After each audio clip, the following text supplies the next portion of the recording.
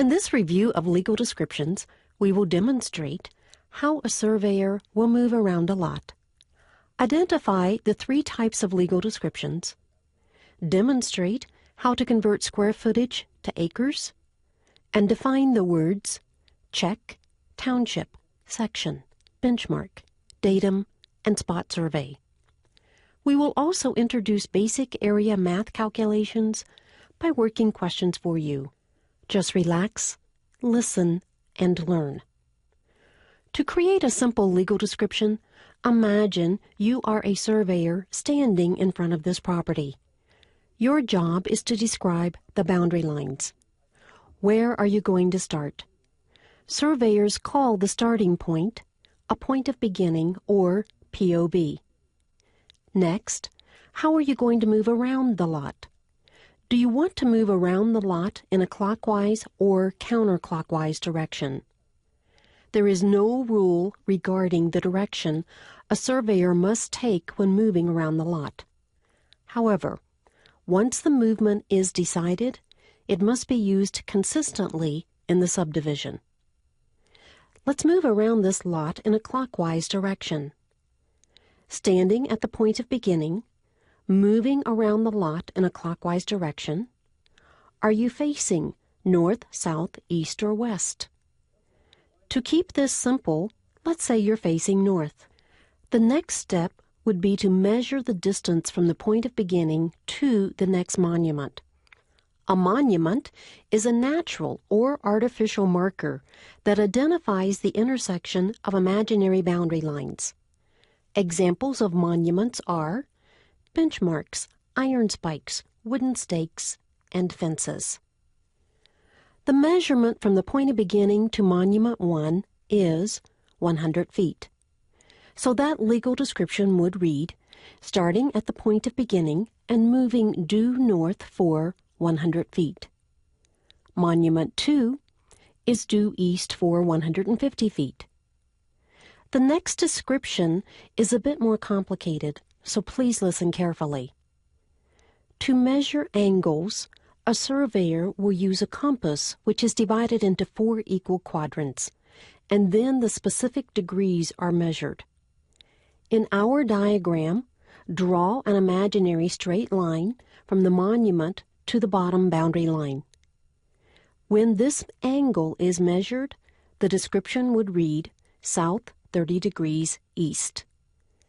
The distance is 115.5 feet. The final measurement would close the legal description, meaning it would return it to the point of beginning.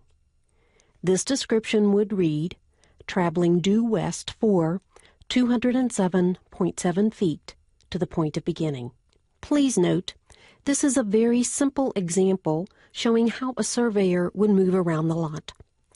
A legal description is a formal description of real property, which could be given to a competent surveyor, and she or he could locate and identify the property using that legal description. The legal description should uniquely describe the subject property and determine the exact boundaries. That is, the location and dimensions of the property. The 3 types of legal description are meets and bounds, lot and block, and rectangular survey. Let's review each of them. Land in the original 13 colonies, plus Maine, Vermont, Tennessee, Kentucky, Texas, West Virginia, and parts of Ohio, were surveyed with the meets and bounds surveying system. The other states used the rectangular survey, which we will review in a few minutes. Today, we have sophisticated survey equipment to determine measurements and angles the angles can be measured in degrees, minutes, and seconds.